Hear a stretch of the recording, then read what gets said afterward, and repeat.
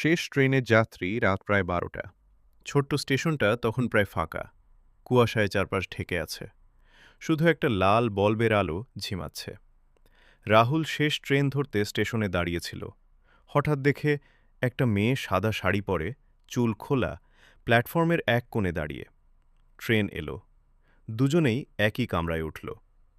Train চলতে শুরু করতেই হঠাৎ ঠান্ডা হাওয়া বইতে লাগল।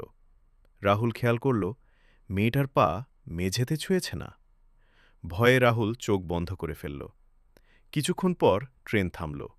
চোখ খুলে দেখে মেয়েটা নেই।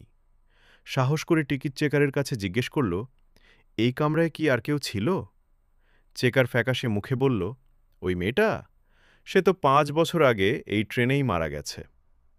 ঠিক তখন রাহুলের কাঁধে ঠান্ডা হাতের স্পর্শ, আর কানে ভেসে এলো ফিসফিস করে বলা কথা, তুমি কি আমায় দেখতে পেলে?